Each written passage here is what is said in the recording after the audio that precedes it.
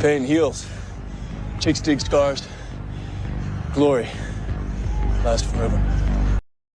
Caitlin Clark shades head coach Stephanie White, warning signs, alarms blaring, red flags, whatever you want to call it.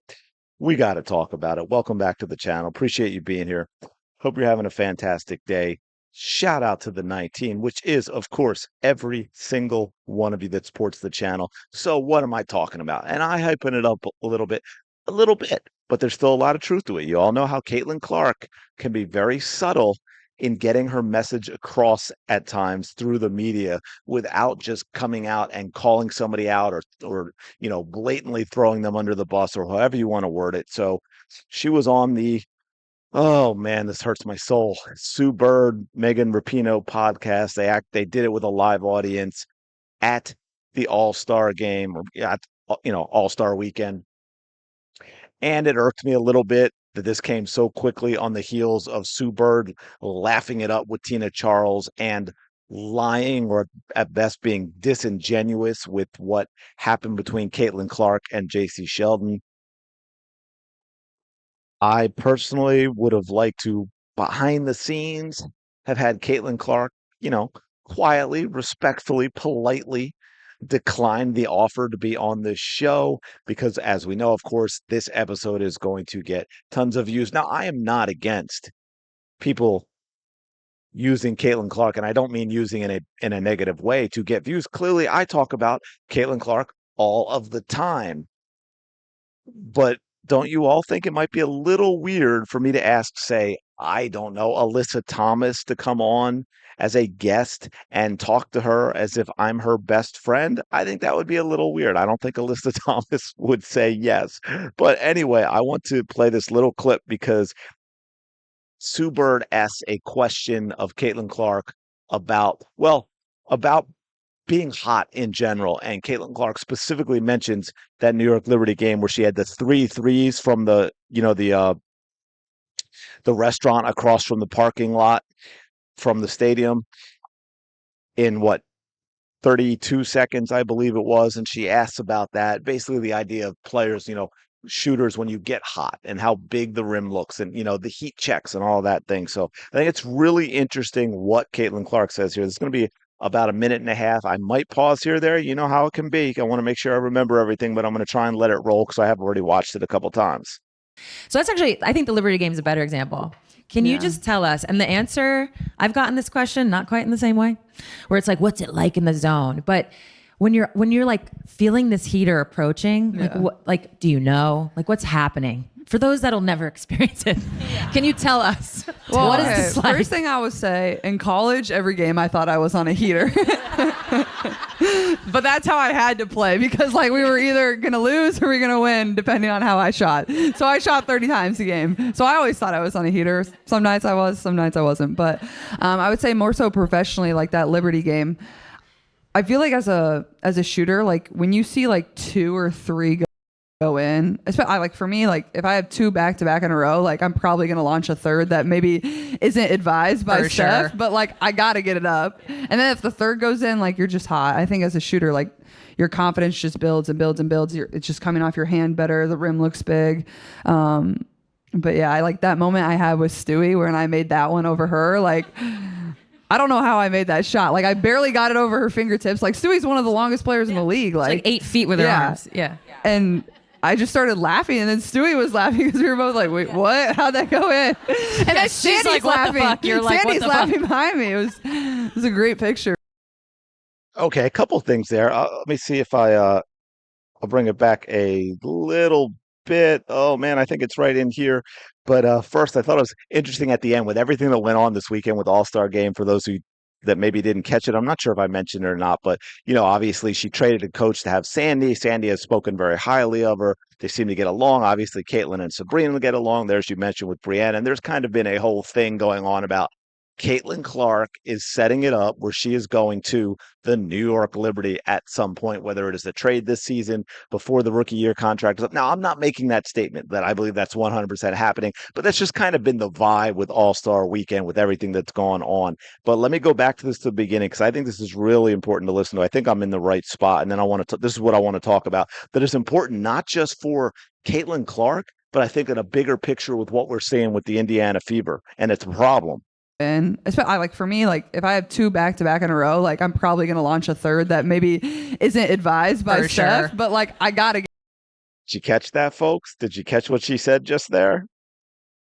I gotta launch a third that maybe isn't advised by Steph. Now you all know, and I think I have it here somewhere. I think I have it here somewhere. Do y'all remember? Do y'all remember this? Because I think hopefully I can show this. Now watch me not be able to show this. But anyway, if you're not seeing it, I'm just running through those threes really quick against the Fever. Boom, from downtown. Uh, Much more so than Freddie downtown Brown. And there comes the second one. I'm firing it up. So, of course, after that happens, yep, here comes the heat check. We're going to have to see if we still have it in us. Give me the ball. And this isn't even the one, right? That's three right there. And that doesn't even count the fourth one that was over Brianna Stewart. That's how hot she was. But the point being with this is anyone who's ever played the game, any of you that have been fans for a long time, right? It's so ingrained that you even hear the more knowledgeable announcers, they all should be, I know, but they're not. We'll say, when a player does make, like two big buckets in a row, whether it's from downtown or just tough shots, and then they have a third one, as soon as it goes up, it's all heat check. It is standard. It is normal. All players, all scorers do it. I would have Kelsey Mitchell should do it as well. Like anybody who makes, those are the three in a row. Those first two, anybody making those two shots, absolutely a third one should come. And a lot of people, what they talked about when this happened was Stephanie White looks unhappy. Stephanie White looks unhappy. You heard it there from Caitlin Clark. And I know a lot of people are going to be like, oh, well, your title makes it sound like I'm making a point and I'm extrapolating from experience and knowledge of the game that this is a problem, because we've talked about also with the Indiana Fever how the team, yes, they've played some good games, right? They still have a winning record and they have so much talent that they are going to win games.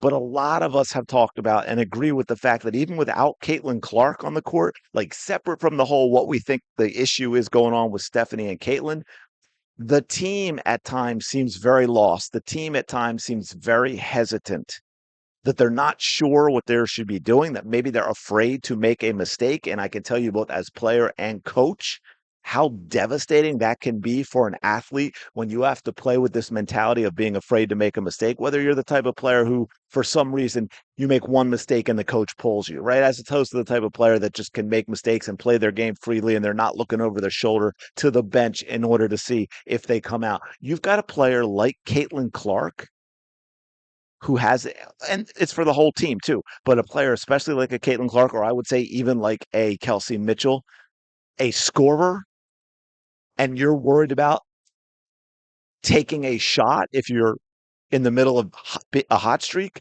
that you're worried about the ultimate shot that all shooters should be taking is the heat check shot. That is par for the course. That is standard. All players should be doing that. So if you are wondering why the Indiana Fever at times look like the proverbial chicken with the head cut off running around, hesitant, afraid to make mistakes, looks a little more like maybe a little league team who has one of those coaches. Well, you just heard it from Caitlin Clark. She made a point without really calling attention to the point. Now, what I think is a really missed opportunity that should have been done by Megan or Sue, and that is, well, what do you mean? Can you elaborate on that? What do you mean by ill-advised from Stephanie White? Like, I think that was the question that needed to be asked right there. But you heard her say it. That third shot, not advised by Stephanie White. Stephanie White runs a very old school, very boring, unimaginative, predictable offense. And that is what she wants done, period. She is not going to evolve. She has not been a good coach.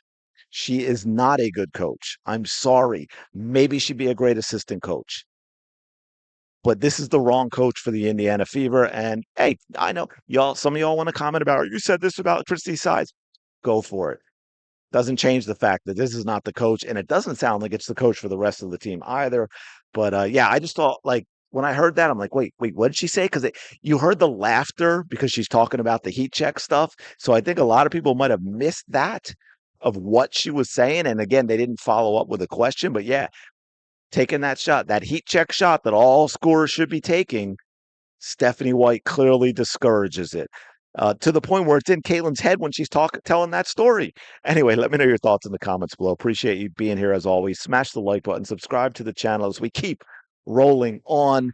I know a lot of people talk about it's going to be a big deal when we get 19,000. Yeah, absolutely. Insane. An odd number for most. They'd celebrate 20, but maybe we'll celebrate something for 19. But 15 is a good number too. We'll see. Maybe we'll do a live. I don't know. We'll figure it out. But smash that like button, subscribe to the channel. Go have the day you deserve, and I will talk to you later.